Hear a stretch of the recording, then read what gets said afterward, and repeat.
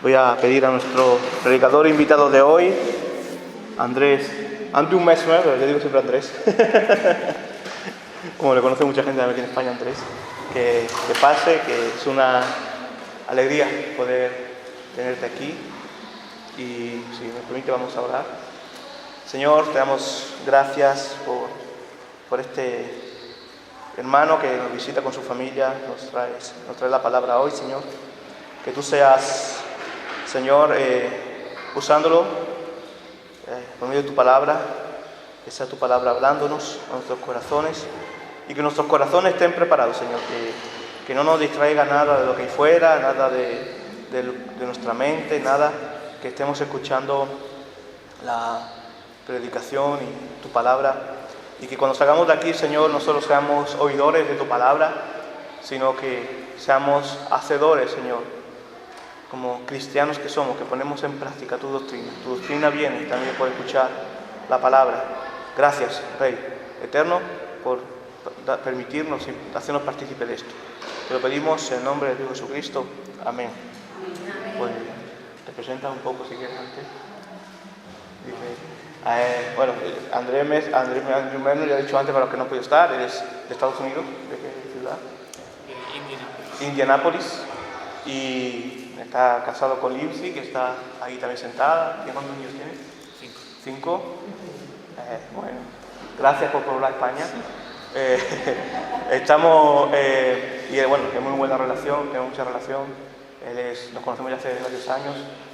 Y él es decano de máster, él es doctor en Nuevo Testamento, ¿no? Doctor en Nuevo Testamento.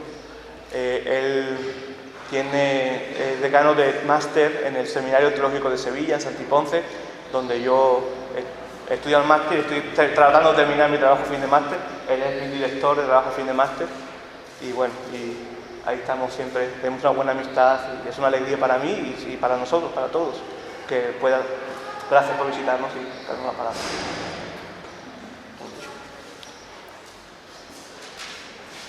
Bueno, antes de predicar, si me permitís dar unas palabras de Señor, espero que sepáis el regalo que tenéis en vuestro pastor, que como amigo, como seminario, estamos espiritualmente hablando, estamos orgullosos de él. Espero que podéis por vuestro pastor. Y bueno, Samuel, lo que estás haciendo aquí es imposible.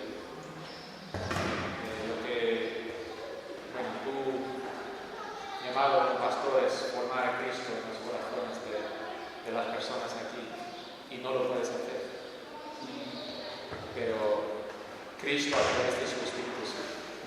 Así que domingo tras domingo llevarles a Cristo, porque Él sí puede formar a Cristo en nuestros corazones. Es lo que queremos, es nuestro futuro como cristianos, es recibir de Cristo y reflejar su imagen. Así que oramos por ti y, como dije, espiritualmente hablando, estamos orgullosos de ti y de ver la obra de Dios en tu vida. ¿Podemos abrir vuestras Biblias a Jonás capítulo 1? Perfecto, ok, gracias. Jonás capítulo 1. Me gustaría empezar directamente a predicar, pero algo ha pasado a la iglesia protestante, sobre todo a nosotros, los protestantes, en los últimos 200 años, que impide una predicación correcta del Antiguo Testamento. Como protestantes hemos olvidado de cómo leer el Antiguo Testamento.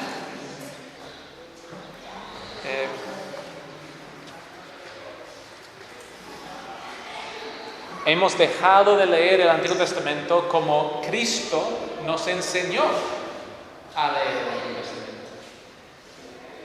¿Sabes que el propio Cristo nos dio la clave para leer la Biblia correctamente, ¿no? estáis en Jonás, pero yo voy a ir a un texto del Nuevo Testamento en el que Cristo está hablando a sus discípulos y Él dice claramente, así es como deberíais leer el Antiguo Testamento. Y dice lo siguiente: entonces Cristo les dijo, oh insensatos y tardos de corazón para creer todo lo que los profetas han dicho. ¿No era necesario que el Cristo padeciera estas cosas y que entrara en su gloria? Y fijaos en lo que ocurre. Y comenzando desde Moisés y siguiendo por todos los profetas, les declaraba en todas las Escrituras lo que de él decían. Mucha gente lee el Antiguo Testamento, judíos, agnósticos, musulmanes, pero no leen el Antiguo Testamento como Cristo dijo que lo deberíamos leer. Somos cristianos. Lo que nos distingue en parte como cristianos es que cuando abrimos el Antiguo Testamento lo que vemos es Cristo. Y específicamente vemos su muerte y su resurrección. Estamos acostumbrados un poco de esperar a Cristo en profecías, por ejemplo. Isaías 52, 53, lo que leímos esta mañana de Génesis 49, sí, vale. De vez en cuando el Antiguo Testamento nos da una profecía, hablando, vendrá alguien, ¿no? Pero estamos hablando de pocos textos, hay mucho más Antiguo Testamento que estas profecías directas, ¿no? ¿Cómo podemos leer el Antiguo Testamento como Cristo quiere que lo leamos? Me gustaría daros unos ejemplos de cómo leer el Antiguo Testamento correctamente. Habéis oído de la historia de Abraham e Isaac, ¿verdad? Os quiero contar esta historia, ¿vale? Dios manda a Abraham a sacrificar a su único hijo amado y los dos viajan 3 días. 3 días están juntos, el padre y su hijo están juntos hasta el monte Moriah. Ahora, si sabéis, este monte es donde fue construido el templo de Salomón. O sea, están yendo al sitio donde Dios queda con su pueblo. E Isaac está llevando, la traducción que tenemos es la leña, pero el hebreo es madera. El hijo está llevando madera, subiendo una montaña donde está el templo. Pero el tercer día, Dios rescata a Isaac de la muerte en el último minuto al proveer otro sacrificio. Jesús es el único Hijo amado de Dios. Él fue el verdadero sacrificio que llevaba su madera subiendo Gólgota. Pero a diferencia de Isaac, no fue rescatado al último minuto, porque Él fue el verdadero otro sacrificio. Pero al tercer día, Dios le libró de la muerte. Esta historia es histórica. Ocurrió, o sea, Isaac, Abraham, ocurrió en el pasado. Pero ¿por qué tenemos esa historia? Tenemos esta historia porque Dios nos está preparando para la llegada de su Hijo. Él es el verdadero Isaac. Habéis oído de la historia de José y sus hermanos, ¿verdad?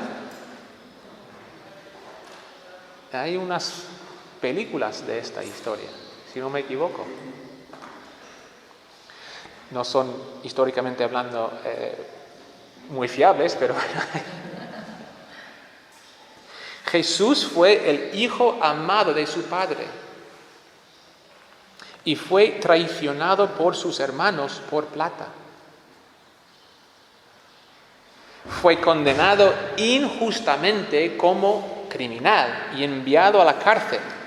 Ahora, la cárcel en aquella época fue literalmente un agujero en el suelo, o sea, meterle en la tierra. Es una especie de muerte.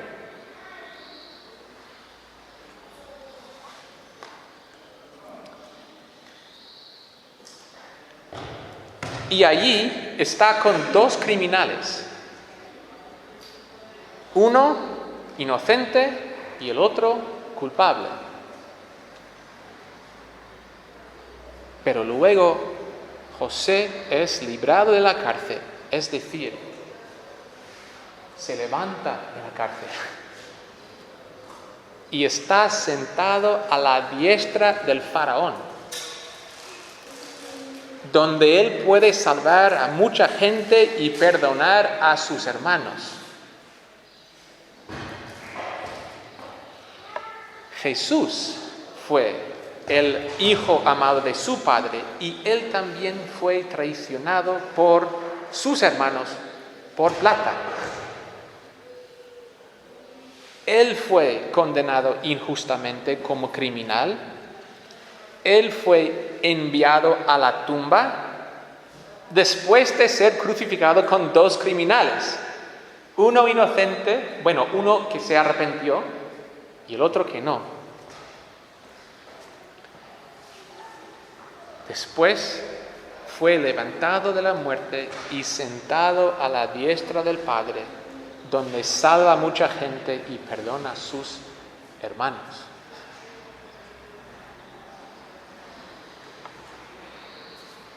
¿Queréis una historia más?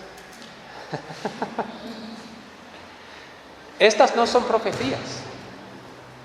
Estas son historias. Pero Dios es soberano sobre estas historias, es soberano sobre la escritura de la Biblia. Él sabe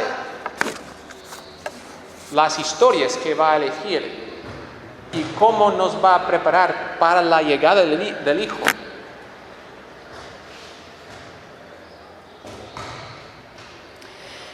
Habéis oído de la historia de los filisteos y la derrota de los israelitas en 1 Samuel 4-6, ¿no? Los filisteos derrotan a los israelitas y llevan cautiva el arca y la ponen delante de su dios Dagón. Pero por la mañana del tercer día, los filisteos encuentran a Dagón derrumbado delante del arca con su cabeza y manos cortadas. Esa es mi historia preferida. Porque Jesús es el verdadero arca del Señor y es llevado cautivo por el verdadero enemigo, la muerte. Pero al tercer día encontramos a la muerte derrumbada delante del verdadero arca, delante de Cristo.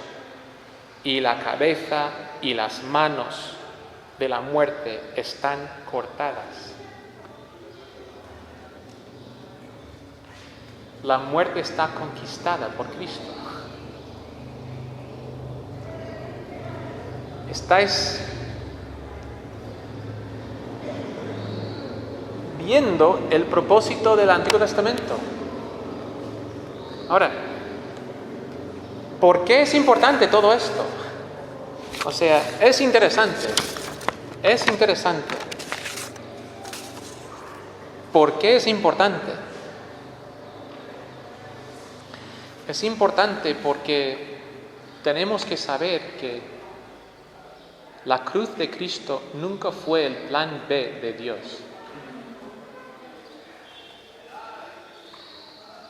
Esto no sorprendió a Cristo.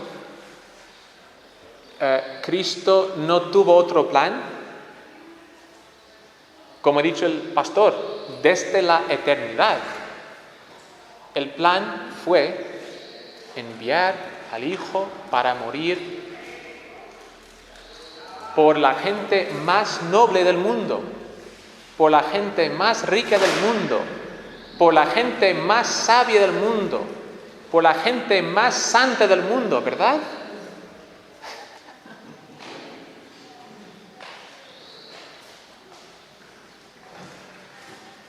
Para morir por gente como tú y yo.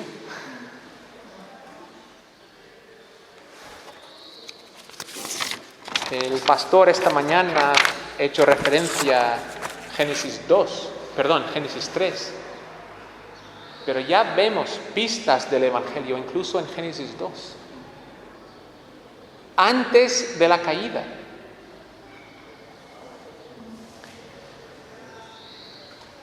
En Génesis 2, Adán era perfecto, no tuvo pecado. Tampoco en este momento, tampoco tuvo mujer, estaba solo. Y Dios le hizo caer en un sueño profundo y abrió su costado y formó desde su propio hueso y carne, formó a su novia. Y al despertarse, Adán vio su gloriosa y perfecta mujer. Y los dos se hicieron uno.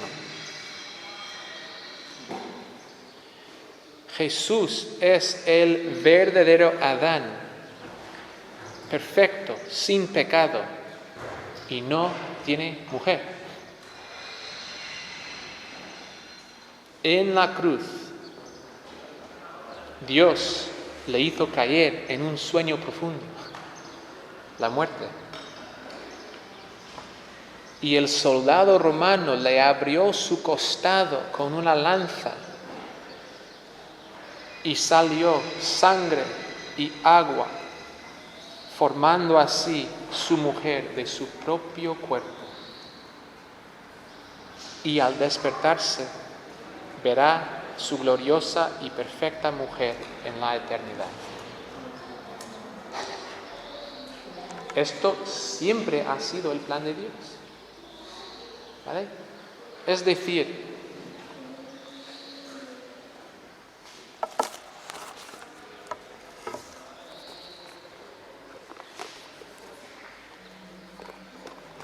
esto nos habla de Cristo. Y al hablar de Cristo, habla de nosotros también. Tú y yo somos las rameras, salvadas, redimidas. Somos los pecadores, perdonados, cambiados. Entonces, estamos en Jonás. Hay alguien que es más que Jonás. ¿Cómo encontramos a Cristo en Jonás? ¿Está aquí? ¿O lo leemos como, una historia muy interesante? Ponemos dibujos en la guardería, ¿no? Para los niños. Sirve para eso. Una historia bonita. O una historia de las misiones, ¿no? Tenemos que ser misioneros como Jonás. Pues espero que no. Yo soy misionero y él no es nuestro ejemplo, que sí.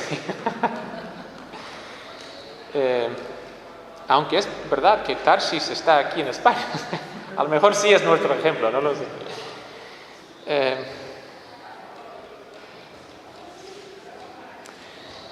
Una vez más, Cristo nos dice en Mateo 12 que Jonás capítulo 2 habla de la muerte de Cristo. Y Jonás 3 habla de la predicación apostólica. O sea, Cristo nos dijo, 2 de estos capítulos hablan de mi muerte y de la predicación de mi muerte. ¿Qué podemos encontrar en Jonás capítulo 1? Ahora, antes de entrar en el texto, tenemos que recordar 2 principios importantes de leer el Antiguo Testamento. Número 1, si alguien hace algo bien, David, por ejemplo, y su glorioso reino, si alguien hace algo bien, Cristo lo hace mejor. Es una preparación. ¿Veis lo glorioso que es este reino? Pues viene el verdadero David. Su reino es más glorioso. Y si alguien hace algo mal, si alguien es infiel a Dios, Cristo es fiel. Adán, el primer Adán y el último Adán. Jonás no es un buen ejemplo. Entonces, cuando leemos de Jonás, él es el anticristo, por decirlo así. Él falla una y otra vez, y a la luz de sus fallos, de sus fracasos, vemos la gloria de Cristo. Y es lo que vamos a ver en Jonás, capítulo 1. Entonces, esta mañana lo que me gustaría hacer es predicar con 3 ejes. Hablar de Jonás, hablar de Cristo y hablar de nosotros. Una de las razones por las que más me gusta la Reforma Española es la teología es tan preciosa. Estaba hablando de esto con Lindsay en camino aquí. Fijaos en lo glorioso que es el don de Dios. Cristo es fiel a Dios y tú y yo compartimos su espíritu. El mismo espíritu que Cristo tenía en su vida terrenal, nosotros tenemos ese mismo espíritu. Entonces, cuando hablamos de Cristo, estamos hablando de nosotros mismos también. O sea, está ahí en el propio nombre. No nos llamamos isaíanos, no nos llamamos jeremianos, nos llamamos cristianos. Somos pequeños Cristos. Obviamente con mucho pecado, con mucho fracaso, con eso. Pero tenemos el Espíritu. Entonces, quiero predicar de Jonás, de Cristo y de nosotros. ¿Estamos en la misma onda? ¿Me estáis siguiendo? ¿Sí? Vamos a empezar en versículo 1 y hablar del llamado de Jonás.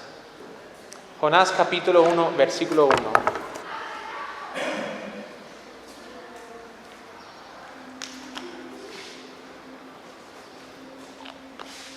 La Biblia dice, vino palabra de Jehová a Jonás. Vino palabra a Jonás. Jonás era un profeta y nada más. ¿Sabes qué? La palabra de Jehová nunca vino a Cristo. ¿Lo habéis pensado? La palabra de Dios nunca vino a Cristo.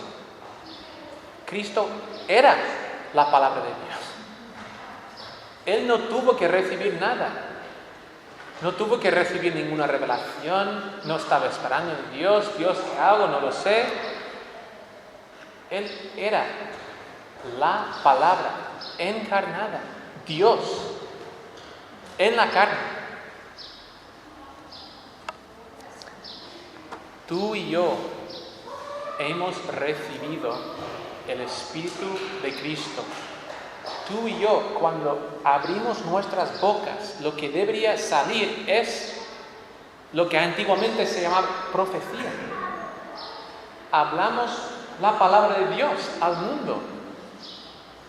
No somos profetas en el mismo sentido que Jonás y Jeremías y demás, pero somos profetas en otro sentido, en otro entendimiento de esa palabra.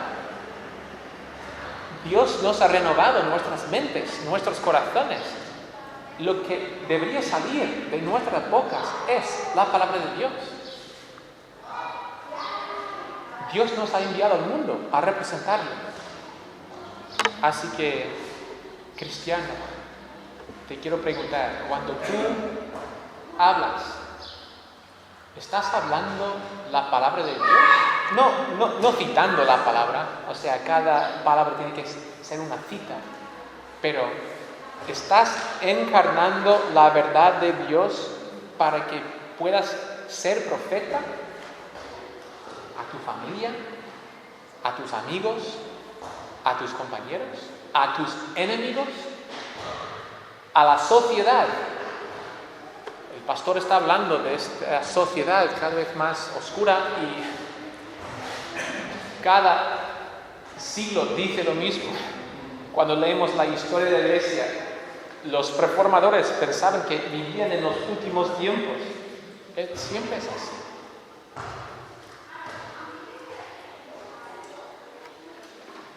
¿Tenemos una palabra que decir al mundo? ¿Una palabra de esperanza?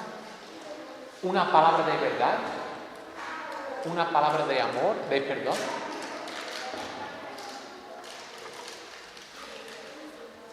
Versículo 2. Este fue el mensaje de Jonás. Levántate y ve a Nínive, aquella gran ciudad, y pregona contra ella, porque ha subido su maldad delante de mí. Vemos en el capítulo 3, versículo 4, este es el mensaje que él tuvo que predicar. Comenzó Jonás a entrar por la ciudad caminando de un día y predicaba diciendo: de aquí a 40 días Nínive será destruida. Ese fue el mensaje. Destrucción, juicio, muerte.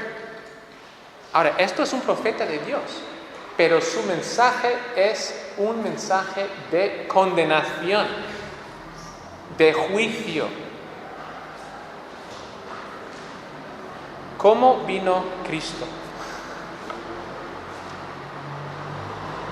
Cuando Él vino predicando condenación, muerte, la ira de Dios. Bueno, en parte sí,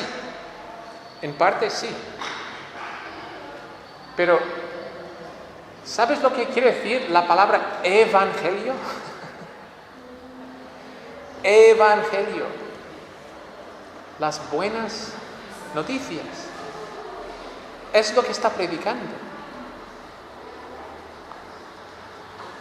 Sí, es verdad. Parte del evangelio es que Dios está airado con nosotros. Eso sí es parte del evangelio y no lo podemos olvidar. Pero eso no es el evangelio, o por lo menos no es todo el evangelio. Dios nos ama.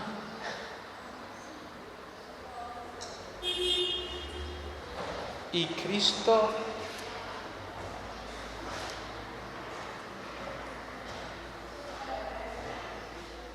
¿qué es lo que cantaron los ángeles al nacimiento de Cristo? Os damos una palabra de gozo. Hoy ha nacido el Rey. Está aquí vuestra salvación. Así amó Dios al mundo.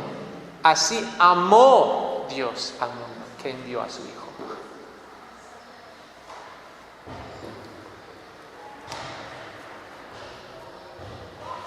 ¿Cómo suena tu evangelio? Y no solamente tu evangelio cuando, digamos, lo compartes verbalmente, aunque estoy hablando de eso también, pero con tu vida. ¿Cómo suena tu evangelio cuando estás con pecadores? Gente no cristiana o gente cristiana.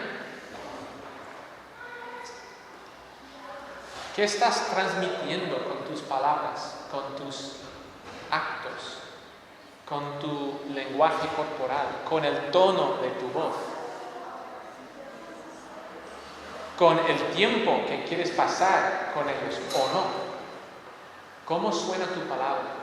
¿Cómo suena tu evangelio? Pablo dijo en 2 Corintios 2, que somos el olor del evangelio, ¿no? Estemos donde estemos, estamos emitiendo algo. ¿Estás emitiendo algo que trae la gente a Cristo? ¿O que da la impresión de que esta persona solo me quiere juzgar? Ahora, no me malentendáis, Dios nos va a juzgar, eso es parte del evangelio, pero eso no es todo el evangelio. El evangelio incluye y incluso el énfasis recae sobre el amor. Él quiere una relación con nosotros. Versículo 3, vemos la respuesta de Jonás. Ha recibido el mandamiento y fijaos la respuesta. Y Jonás se levantó para huir de la presencia de Jehová a Tarsis y descendió a Jope y halló una nave que partía para Tarsis y pagando su pasaje entró en ella para irse con ellos a Tarsis, lejos, ¿ves? Lejos de la presencia de Jehová. Ahora, obviamente él no puede huir de la presencia. Dios está en Tarsis, está en la barca, está en el mar, está en Nínive, Él es omnipresente, ¿no? Pero está huyendo de la presencia que Dios da a la gente con quien tiene comunión y amor. Está huyendo de esa presencia. Obviamente no podemos imaginar el decreto eterno de Dios. Ese decreto en el que de alguna manera u otra, y para poder hablar de Dios tenemos que hablar de Él como si fuera ser humano. No lo es. No es como nosotros, pero somos incapaces de hablar de Dios como es. Entonces, hablando en términos muy humanos, podemos imaginar el Padre y el Hijo hablando. Hijo, quiero que te hagas carne, quiero que seas ser humano, quiero que sufras toda la vida, ser una figura rechazada por todos, y quiero que mueras por gente que te odia y que te va a rechazar. Y de hecho, tu propia creación te va a matar.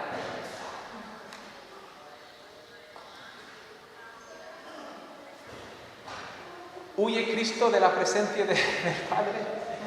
¿Busca Tarsis? No.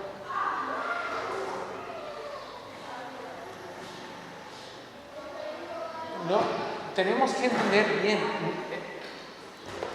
No podemos entender el Evangelio así, que el Padre está diciendo: hijo, es que creo que vamos a tener un problema con los humanos.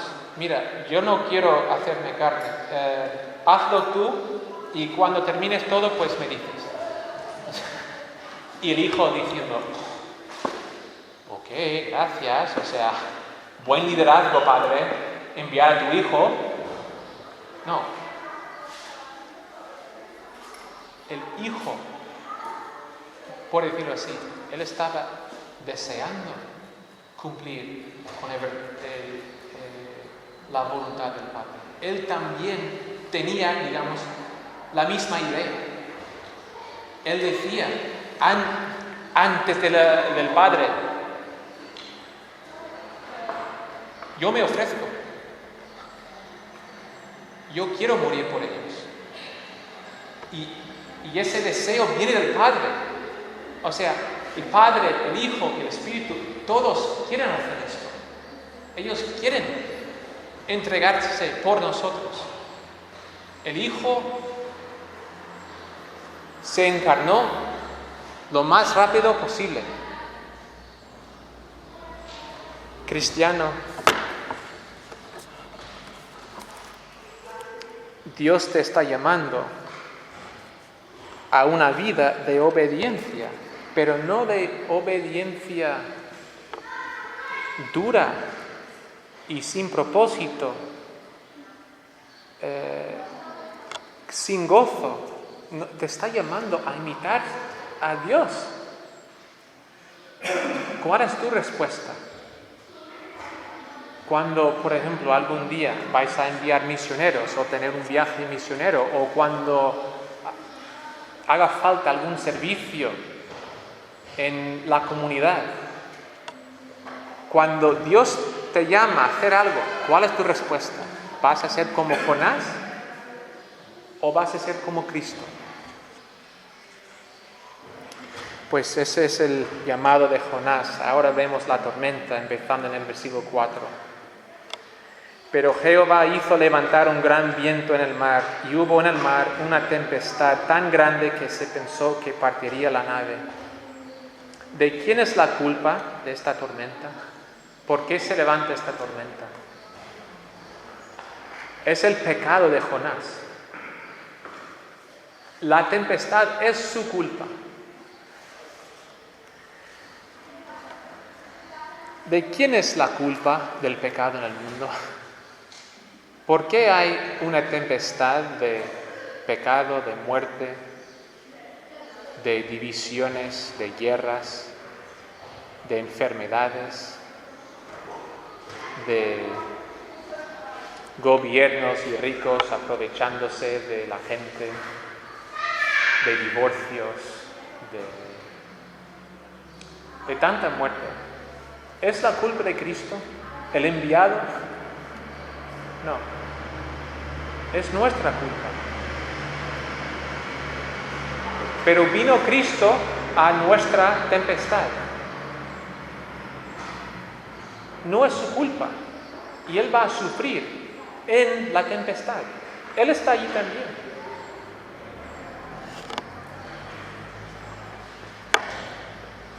¿Cómo respondes a las tempestades de otras personas? ¿Has visto a alguien cuya vida es una verdadera tempestad? Y no estoy hablando de los niños, o sea, esa es otra historia. Pero de verdad, alguien que está viviendo una tempestad y es su culpa. Entran y salen de la cárcel, pasan de un cónyuge a otro, siempre están peleando con otros. Su vida es una tempestad. Cristo entró en tu tempestad y Él, como veremos, Él calmó las aguas de tu tempestad. No para que pudieras decir, yo voy a disfrutar de esto para el resto de mi vida. Él calmó tu tempestad para que pudieras ir a las tempestades de otros para ayudarles. ¿Ves? Estamos hablando de esto en camino aquí. Dios nos ha dado este gran privilegio, este gran descanso. Pero este descanso no es como, digamos, el descanso físico que tenemos. Pues en parte sí, pero en parte no. el descanso que Dios nos da es un descanso que nos permite trabajar. Pero no trabajamos para entrar en un descanso. Eso se llama justificación por obras. Él nos da descanso para que podamos trabajar. Eso se llama justificación por fe. Así que hay gente en tu vida, y tú lo sabes, que necesita tu ayuda. ¿Vas a ser como Jonás o vas a ser como Jesús? El versículo 5, vemos la respuesta de los marineros. Y los marineros tuvieron miedo. Y sabemos que, los marineros están acostumbrados a tormentas. Ellos no suelen tener miedo con cualquier tormenta. Esto es una tormenta diferente. ¿Vale? Los marineros tuvieron miedo y cada uno clamaba a su Dios y echaron al mar los enseres que había en la nave para descargarla de ellos. Pero Jonás había bajado al interior de la nave y se había echado a dormir. La respuesta de los marineros es la respuesta que los seres humanos hemos tenido desde el inicio. Quedaos aquí en Jonás, pero os quiero leer un versículo de Génesis capítulo 3. Esto es justo después del pecado. El versículo después del pecado. Génesis 3, 7 es lo que dice. Entonces fueron abiertos los ojos de ambos y conocieron que estaban desnudos. Entonces cosieron hojas de higuera y se hicieron delantales. Esta es la respuesta emblemática de los seres humanos ante el pecado. Dios, hay un problema, pero nosotros lo podemos arreglar. ¿Vale? Esto se llama la religión. ¿Ok? Espera, Dios, esto no es tan mal como piensas. Esto es poca cosa. ¿Estamos desnudos? Pues mira, tenemos la respuesta. Y si el problema fuera meramente físico, sí, hay una solución, ¿no? El problema es que el pecado va mucho más allá de lo físico. Va hasta el propio corazón. Por eso te dije que lo que estás haciendo, lo que estamos haciendo, es imposible. En nuestro poder humano, lo mejor que podemos hacer es echar al mar los enseres, es coser hojas. Eso es lo mejor que podemos hacer y no hace absolutamente nada. Nos puede engañar. Ya no estoy desnudo. Solución perfecta. Nos estamos engañando. Esto no va a hacer nada con la tempestad.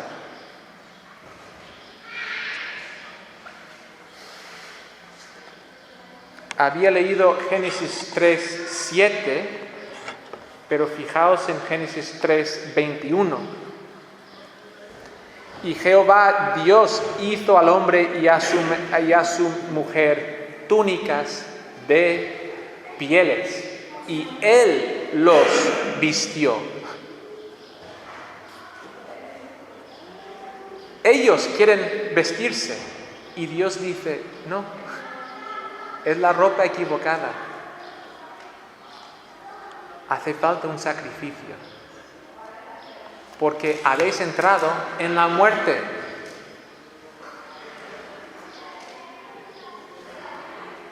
Alguien tiene que ir a la muerte para rescataros.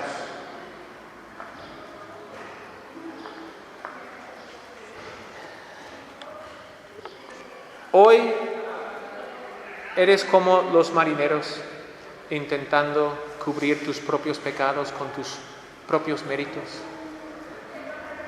con tus propias buenas obras. ¿Estás aquí? ¿Todos estamos bien vestidos?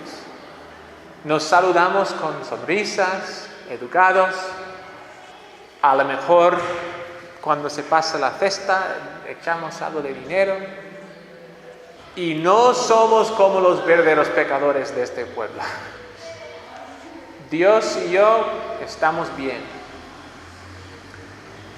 De hecho, debería estar agradecido que puede contar con alguien como yo.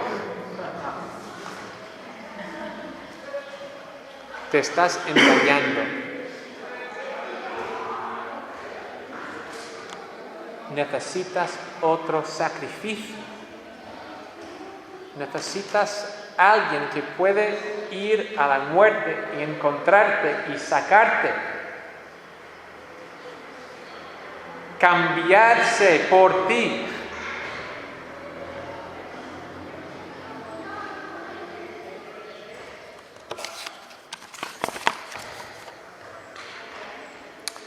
Luego vemos en el versículo 7, sale la verdad. El versículo 7, y dijeron cada uno a su compañero, venid y echemos suertes para que sepamos por causa de quién nos ha venido este mal. Y echaron suertes, y la suerte cayó sobre Jonás. Entonces le dijeron ellos, decláranos ahora por qué nos ha venido este mal, qué oficio tienes y de dónde vienes, cuál es tu tierra y de qué pueblo eres. Aquí tenemos preguntas honestas. Este es el profeta, es su culpa. Por favor, dinos quién eres, queremos saber, queremos más información. ¿Cómo fue recibido Jesús en su juicio en frente de los fariseos y saduceos? Le lanzaron preguntas honestas, buscando información. Cristo, ¿quién eres? Por favor, dinos. Queremos saber. ¿Quién eres? Le preguntaron así. Llevaron toda la vida intentando atraparle, acusarle, engañarle con preguntas supuestamente imposibles de contestar. Cuando tú preguntas a Dios, ¿cómo son tus preguntas? Muchas veces cuando hablo con gente luchando con su fe, a mí no me da ningún miedo, no me molesta. Incluso cuando gente tiene preguntas duras, eso no es lo más importante. Lo más importante es su corazón, digamos, la actitud de su pregunta. Andrés, ¿cómo sabemos si Dios existe? Pues si eso viene de un corazón honesto, me encanta, sí, vamos a hablar. Esto. ¿Y tú crees que Dios existe? ¡Qué tonto eres! Bueno, también les voy a hablar, interactuar y enseñarles, lógicamente, cómo sabemos que Dios existe. Pero eso viene de otro corazón. Nos quieren engañar, nos quieren atrapar, nos quieren enseñar, sois tontos. Hay dos maneras de hacer preguntas a Dios. ¿Cómo son tus preguntas?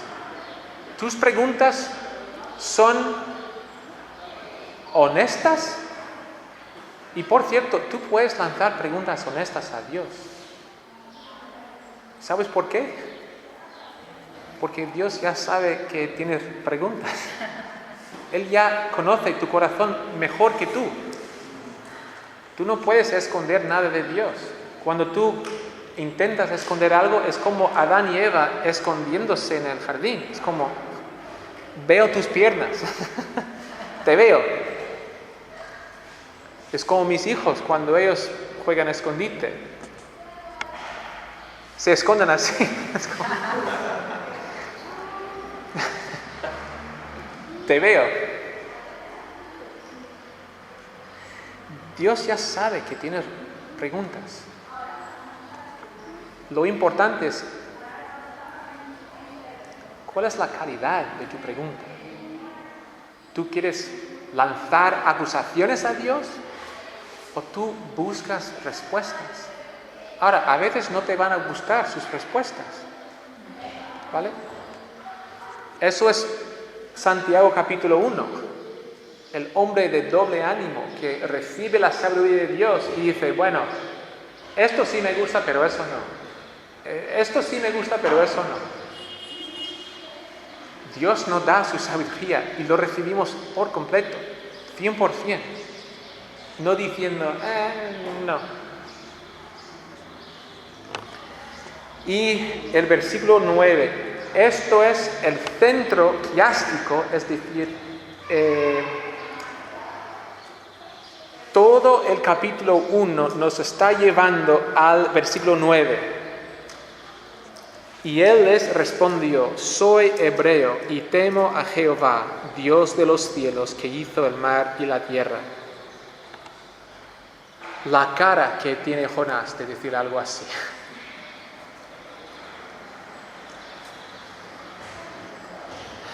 La hipocresía de decir que él sirve a Jehová.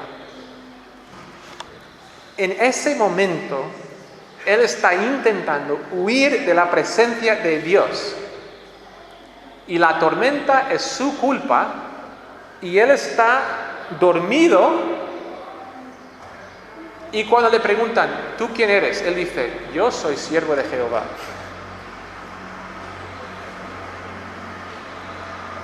Una vez más tenemos algo que es a la vez 100% correcto y 100% inadecuado cuando hablamos de Jesús.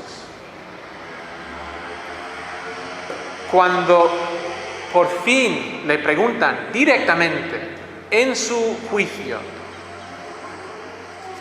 ¿quién eres? Él dice, yo soy. Él es Dios. Sí, él puede decir con esto que es hebreo y que tema a Jehová, Dios de los cielos, que hizo el mar y tierra, pero al mismo tiempo está hablando de sí mismo. Él hizo el mar y la tierra. Él es Dios.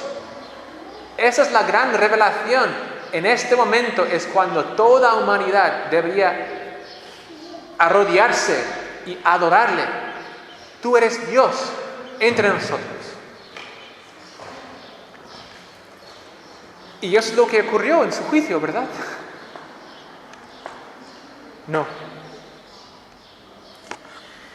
Vemos en el versículo 10. Aquellos hombres temieron sobremanera y le dijeron, ¿por qué has hecho esto? ¿Por qué ellos sabían de huir de la presencia de Jehová? Pues él se lo había declarado. ¿Por qué has hecho esto? Ellos le lanzan preguntas en el versículo 11. ¿Qué haremos contigo para que el mar se nos aquiete? ¿Por qué el mar se iba embraveciendo más y más? Esa es la respuesta de los marineros. Ellos quieren preguntarle, hemos hecho este mal, estamos aquí en esta tempestad, por favor, si tú eres siervo de Dios, dinos, ¿qué hacemos? ¿Qué fue la respuesta de los fariseos y saduceos cuando Cristo dijo, yo soy? Le acusaron de blasfemia, de hipócrita, le lanzaron falsas acusaciones. Él estaba contando la verdad. Él es la revelación de Dios en este mundo. Y le rechazaron precisamente por esa verdad. Cristiano, Cristo ya nos dijo que el mundo nos va a rechazar. Si lanzaron estas acusaciones al maestro, ¿cómo van a tratar a los siervos? Ahora, no os quiero desanimar con esto. Tenemos el Espíritu de Dios. Ya sabemos cómo va a acabar todo esto.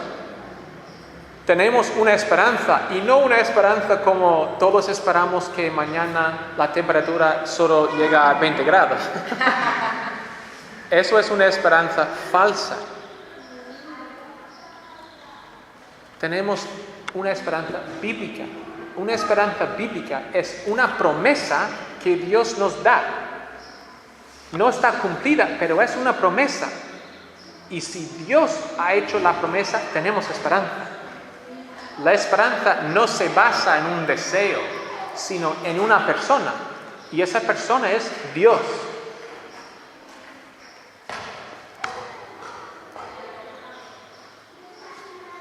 Sabemos que Satanás, el infierno, el pecado, no puede resistir el reino de Dios. Sabemos que vamos a ir ganando. Pero os quiero hacer una pregunta. ¿Dónde ganó Cristo la batalla contra el pecado y la muerte y el diablo? ¿Dónde ganó la batalla? ¿En su transfiguración? ¿En su nacimiento? En la cruz.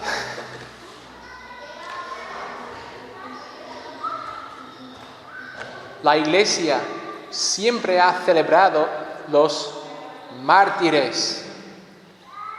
Y de hecho, en muchas iglesias, tradicionalmente de tradición católico-romana, el púlpito o la mesa, por debajo de la mesa están los huesos de los mártires. ¿Por qué? Porque ellos son victoriosos. Su muerte no fue un derrote. Su muerte fue una victoria. Incluso cuando nos rechazan, ganamos. Pero necesitamos ojos de fe para verlo. Desde la perspectiva del mundo, ¿qué está pasando en la cruz? Esto es un fracaso. Un judío engañado, muerto, tonto, debilidad.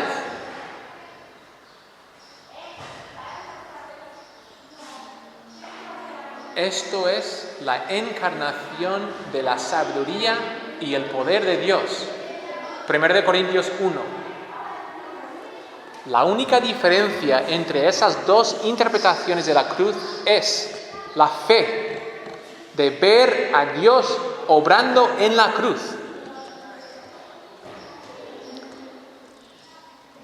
Y es lo único que nos puede ayudar en esta vida.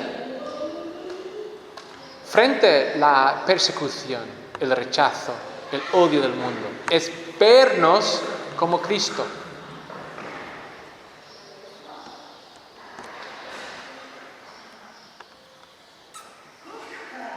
Hemos visto que ha salido la verdad y ahora vemos la salvación. Empezando en el versículo 12. Y él les respondió: tomadme y echadme al mar, y el mar se os aquietará, porque yo sé que por mi causa ha venido esta gran tempestad sobre vosotros. Y aquellos hombres trabajaron para hacer volver la nave a tierra, mas no pudieron, porque el mar se iba embraveciendo más y más contra ellos. Entonces clamaron a Jehová y dijeron: te rogamos ahora, Jehová, que no perezcamos nosotros por la vida de este hombre, ni pongas sobre nosotros la sangre inocente, porque tú, Jehová, has hecho como has querido. Espero que podáis ver, sin decirlo yo, todo el contraste que esto tiene con Cristo. Dios, Jehová, que su sangre no sea sobre nosotros. ¿Qué es lo que gritaron los judíos? Su sangre sea sobre nosotros. Y esto no es un comentario antisemítico, porque tú y yo nos habríamos unido nuestras voces a las suyas en ese momento. Tú y yo somos igual de culpables de la crucifixión de Cristo que ellos. Tú y yo hemos dicho a Dios, Creador, tu sangre sea sobre nosotros, te queremos matar. Eso es lo que dijimos a Dios.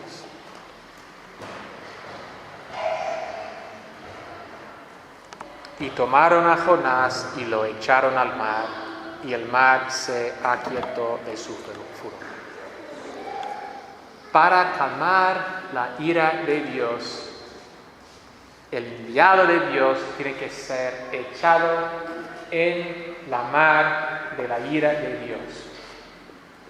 Es la única manera de quitar la ira de Dios.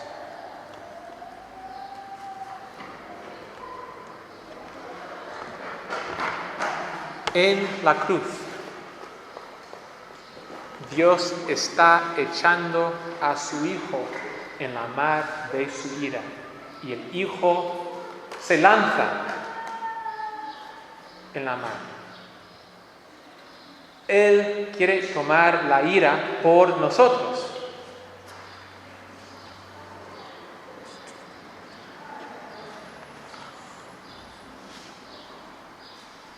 La gran ironía y la gran belleza de la verdad es que Dios al mismo tiempo está airado con nosotros y provee la solución a su propia ira en sí mismo.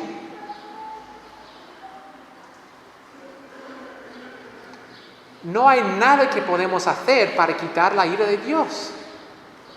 Dios quita su propia ira al enviar a su Hijo para morir por nosotros. Cristiano, esto es tu vida.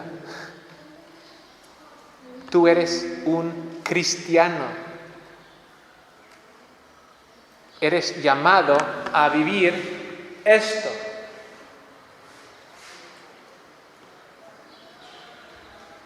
Esto es vida. Esto es gozo. Esto es amor. Esto es todo. Porque esto es el propio corazón de Dios.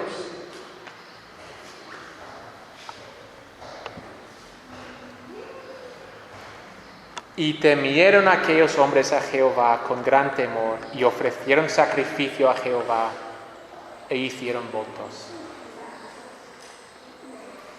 Esta mañana os quiero preguntar si tú también quieres adorar a Cristo.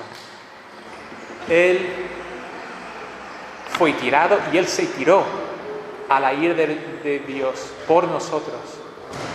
Igual que los marineros, la respuesta que Dios quiere de nosotros es nuestra gratitud y nuestra respuesta adecuada, no para ganar su amor. Él ya nos ha derramado su amor, ya nos ha enseñado cuánto nos ama, sino de gratitud, de respuesta, de poder percibir y reflejar: Dios, mira lo que has hecho por mí.